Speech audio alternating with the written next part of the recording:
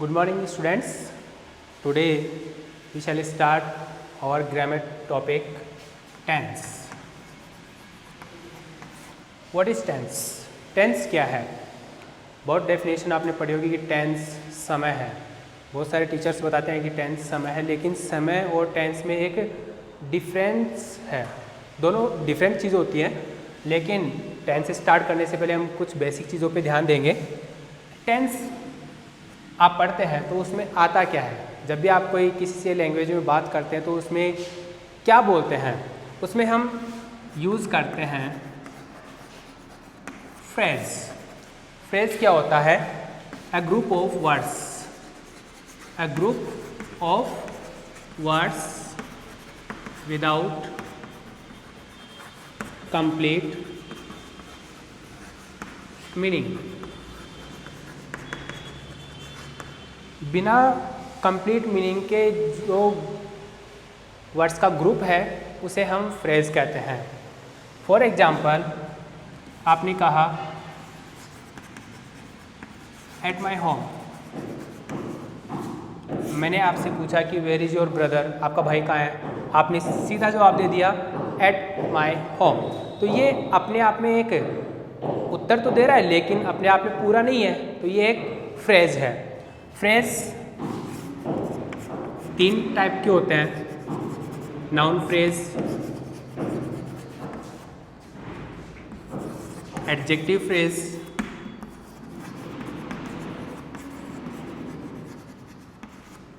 और तीसरा है एडवर्ब फ्रेज.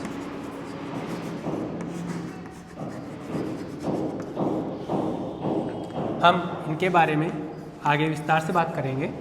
उससे आगे चलते हैं. जो टेंस है उसमें हम फ्रेज के अलावा यूज़ करते हैं सेंटेंस. सेंटेंस क्या होता है? A group of words. A group of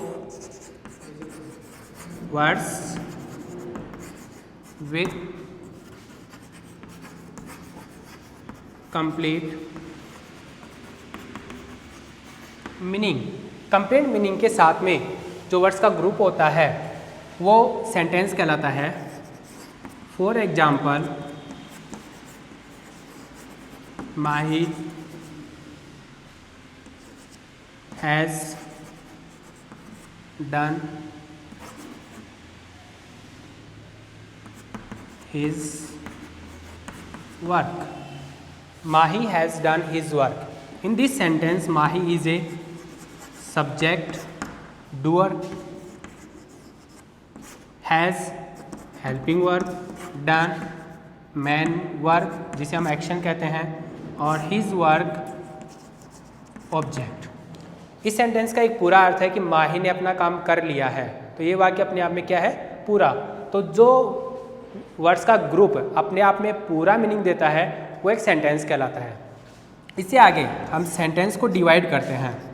first, adjective sentence. Adjective sentence क्या होता है? जो हमें पॉजिटिव और नेगेटिव सेंस देता है. वैसे एडजेक्टिव का मीन पॉजिटिव सेंस के लिए होता है, लेकिन हम इसमें दो सेंटेंस यूज़ करते हैं. First, affirmative sentence,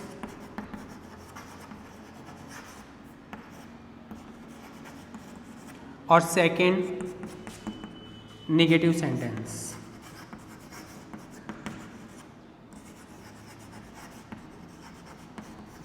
affirmative sentence को समझने की कोशिश करें तो ये हमें एक पॉजिटिव सेंस देने का कार्य करता है, और नेगेटिव सेंटेंस हमें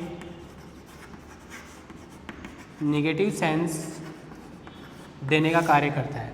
दोनों के स्ट्रक्चर की बात करें तो जो अफर्मेटिव सेंटेंस होता है उसका स्ट्रक्चर होता है सबसे पहले सब्जेक्ट, उसके बाद में हेल्पिंग वर्ब, फिर एक्शन जिसे हम मेन वर्ब कहते हैं, और इसके बाद में जो अदर वर्ड या ऑब्जेक्ट होता है उनका यूज़ करते हैं.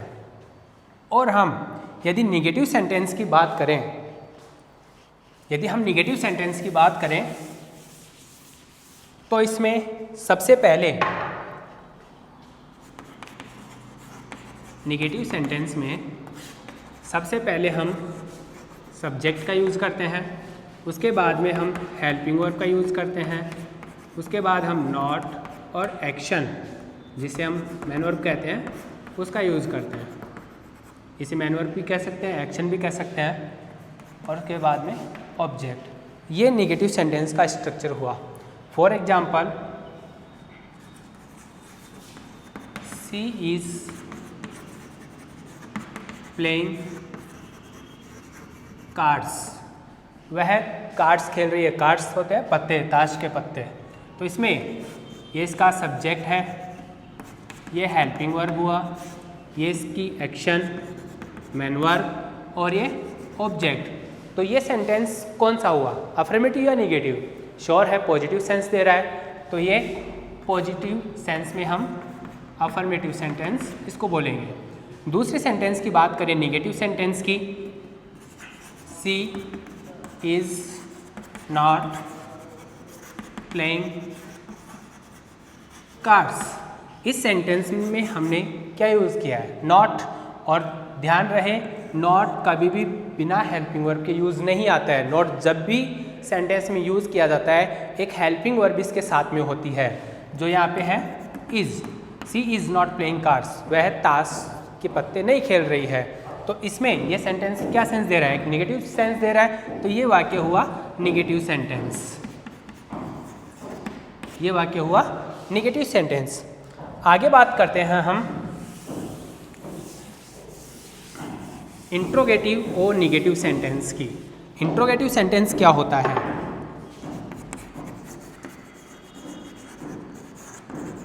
इंट्रोगेटिव सेंटेंस, इंट्रोगेटिव सेंटेंस को भी हम दो टाइप में डिवाइड कर सकते हैं। फर्स्ट है एक close ended question. Interrogative sentence वे वाक्य जो किसी से भी प्रश्न पूछने का कार्य करे, लेकिन इसको हम दो भागों में भी डिवाइड कर सकते हैं। फर्स्ट क्लोज एंडेड क्वेश्चन और सेकंड है open ended question.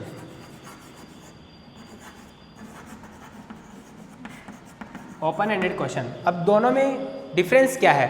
Close ended question वे होते हैं जिनका आंसर, जब कोई आपसे क्वेश्चन करे और आप उनका आंसर यस या नो में दे सकें, ओनली यस या नो में हम जिसका आंसर दे सकते हैं वे क्लोज एंडेड क्वेश्चन कहलाते हैं। फॉर एग्जाम्पल, मैंने आपसे पूछा डू यू टेक टी, क्या आप चाय पीते हैं?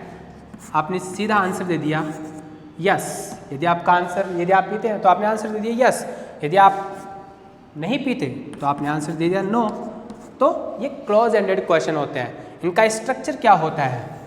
सबसे पहले हेल्पिंग वर्ब यूज़ की जाती है, उसके बाद में सब्जेक्ट, और उसके बाद में एक्शन जिसे हम मैन वर्ब कहते हैं, और उसके बाद में ऑब्जेक्ट, अदर वर्ड्स जो होते हैं उनका यूज़ किया जाता है in the end question mark.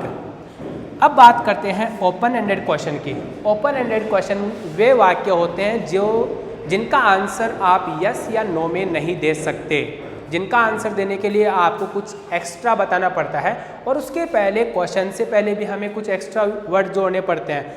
ऐसे क्वेश्चन जब हिंदी में पूछे जाते हैं तो इनका जो क्वेश्चन वर्ड होता है, प्रश्न पूछने का जो वर्ड होता है, वो साधारणतः वाक्य के बीच में आता है। फॉर एग्जाम्पल, आप यहाँ पर मैंने पूछा डू यू टेक टी, क्या आप चाय पीते हैं? आपने कह दिया यस या नो। आगे यदि मैं पूछूं why do you take tea, आप चाय क्यों पीते हैं? क्या आप इसका आंसर यस नो में दे सकते हैं? नहीं।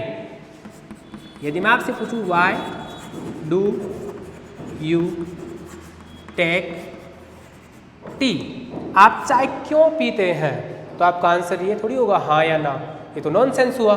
तो इस वाई का, ये जो एक्स्ट्रा वर्ड लगा हुआ है हेल्पिंग वर्ड से, इस वाई का आंसर हमें कुछ एक्स्ट्रा देना पड़ेगा। यही ओपन एंडेड क्वेश्चन कहलाते हैं।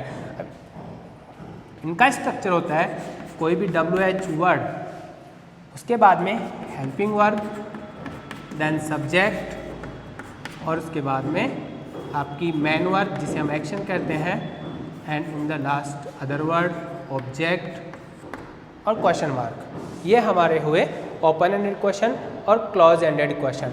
आई थिंक आप समझ गए होंगे, एक बार नज़रें दौड़ा लीजिए फिर आगे चलते हैं।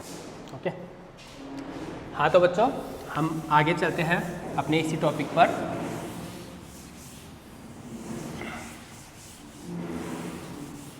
आप सभी से एक छोटी सी रिक्वेस्ट है कि जब भी पढ़ा रहे हो तो साथ लिखने का कार्य ना करें। आपके पास वीडियो है, अवेलेबल है, तो वीडियो को पॉज करके आप आराम से उसको देख सकते हैं, लिख सकते हैं। इसलिए समझाते टाइम पे केवल समझने पर ध्यान देना, ये एक अच्छे स्टूडेंट की क्वालिटी होती है। आगे हम बात करते हैं टेंस के बारे में। थोड़ा बहुत आपने समझ लिया होगा टेंस क्या है। Tense is kind of an action.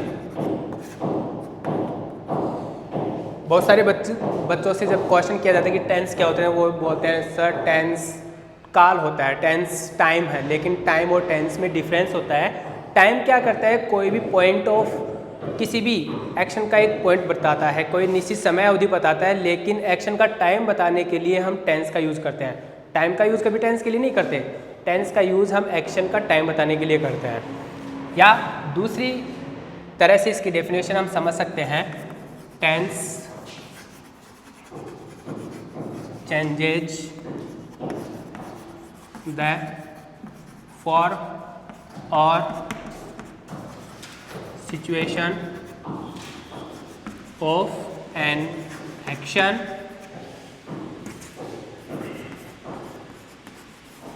According to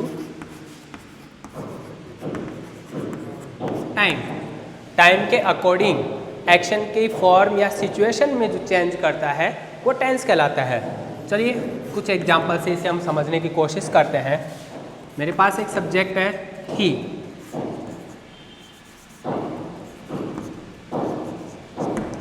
और मैंने एक्शन लिख दिया यहाँ पे राइट।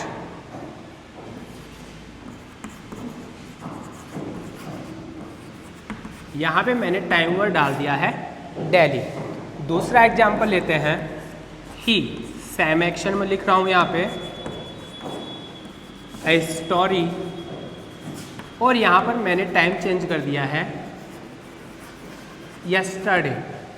फिर से एक एग्जांपल लेते हैं, ही सेम एक्शन है,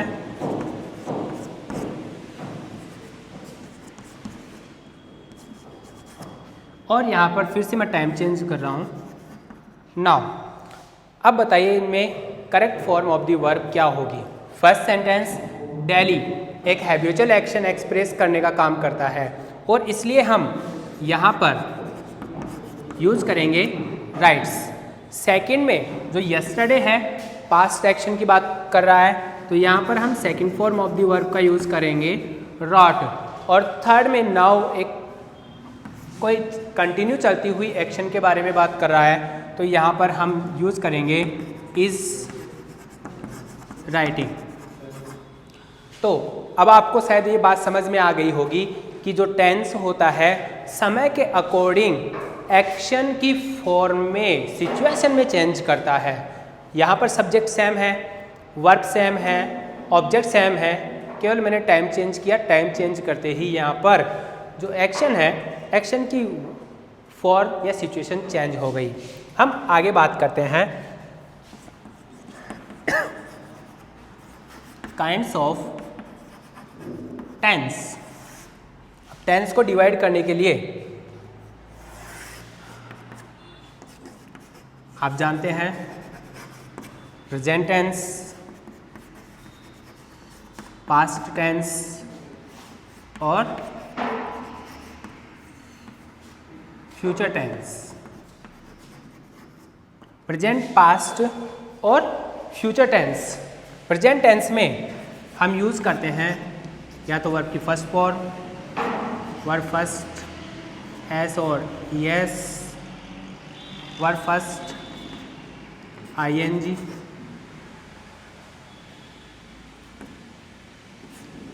और प्रेजेंट परफेक्ट में हम यूज़ करते हैं वर्ब थर्ड। पास्ट में हम वर्ब सेकेंड, वर्ब थर्ड या verb first ING in past perfect continuous tense. Future में हम वर्ब फर्स्ट या वर्ब फर्स्ट आईएनजी का यूज़ करते हैं। ये कुछ वर्ब हैं जिनका हम यूज़ करते हैं। चलिए इससे आगे बात करते हैं। यहाँ तक आपको समझ में आ गया है तो आगे कुछ ज़्यादा डिफ़िकल्टी नहीं होगी आपको पढ़ने में, समझने में। हमने बात की अभी प्रेजेंट, पास्ट और future. Present, past and future, जो ये टेंस के तीनों पार्ट हैं, टेंस के तीनों पार्ट हैं, हर एक पार्ट को हम 4 भागों में डिवाइड करते हैं, जिसमें प्रेजेंट, पास्ट और फ्यूचर तीनों को हम 4 भागों में डिवाइड करते हैं। इंडेफिनेट, सेकंड है कॉन्टिन्यूअस टेंस, तीसरा है परफेक्ट टेंस और फोर्थ है perfect continuous tense. Indefinite tense में प्रेजेंट इंडेफिनेट, पास्ट इंडेफिनेट और फ्यूचर इंडेफिनेट तीनों में हम प्रेजेंट में वर्ब फर्स्ट में एस और ईएस जोड़ते हैं।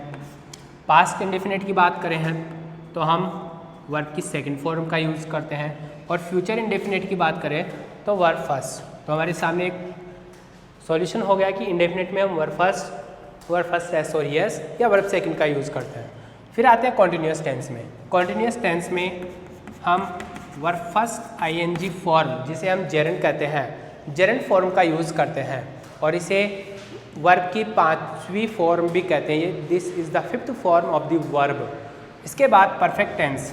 परफेक्ट टेंस में हम वर्ब थर्ड का यूज़ करते हैं, जिसे हम पास्ट पार्टिसिपल भी कहते हैं। और परफेक्ट कॉन्टिन्यूअस में किसी भी टेंस का, प्रेजेंट, पास्ट या फ्यूचर, किसी भी टेंस का परफेक्ट कॉन्टिन्यूअस है, उसमें हम been plus verb first ING का यूज़ करते हैं। अभी बीन क्या है?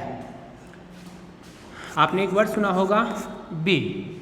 तो इसी बी की कुछ एक फॉर्म है इज़, एम, आर, जिनका हम यूज़ करते हैं प्रेजेंट में।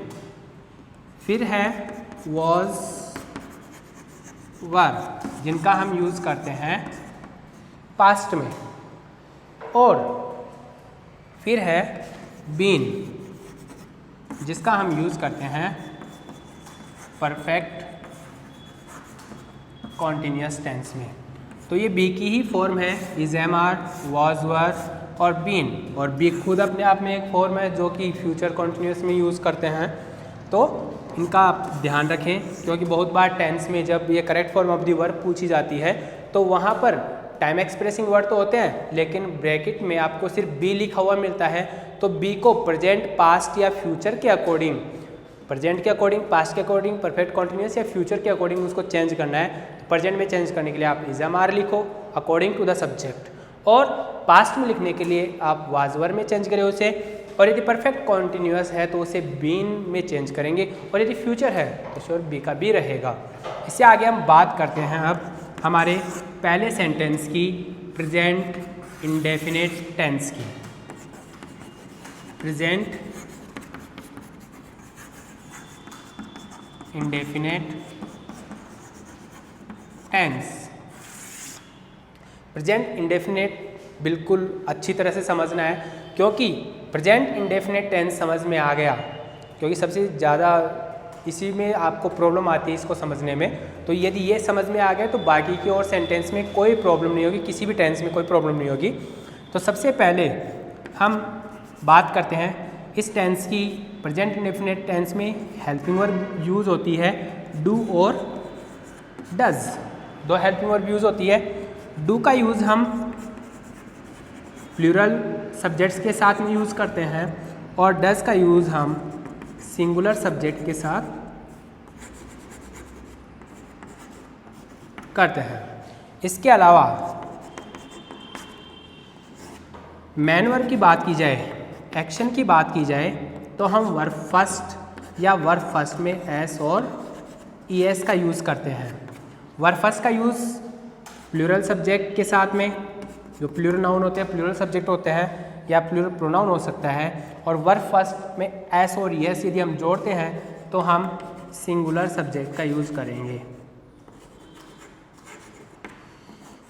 यहाँ तक बात क्लियर है। इसके आगे एक इम्पोर्टेंट बात जो है वो आप ध्यान रखें कि इस टेंस का जो अफर्मेटिव सेंटेंस होता है उसमें हम डू या डज का यूज़ नहीं करते हैं। डू या डज का यूज़ एम्फेसिस मीन में, एम्फेसिस सेंस में कई बार हम करते हैं, लेकिन नॉर्मली बेसिकली हम अफर्मेटिव सेंटेंस में ये यूज़ नहीं करते हैं, लेकिन एम्फेसिस सेंस देने के लिए हम कभी कभी ये यूज़ करते हैं।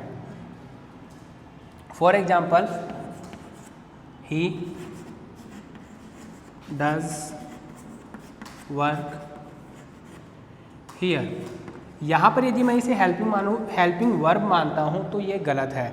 इसके बजाय इसको मैं लिखना चाहूँगा ही वर्क्स हियर, जो कि अपने आप में सही है। तो हम अफर्मेटिव सेंटेंस में डू डज का यूज़ नहीं करते हैं। एक बार इसको देख लीजिए, फिर आगे बढ़ते हैं।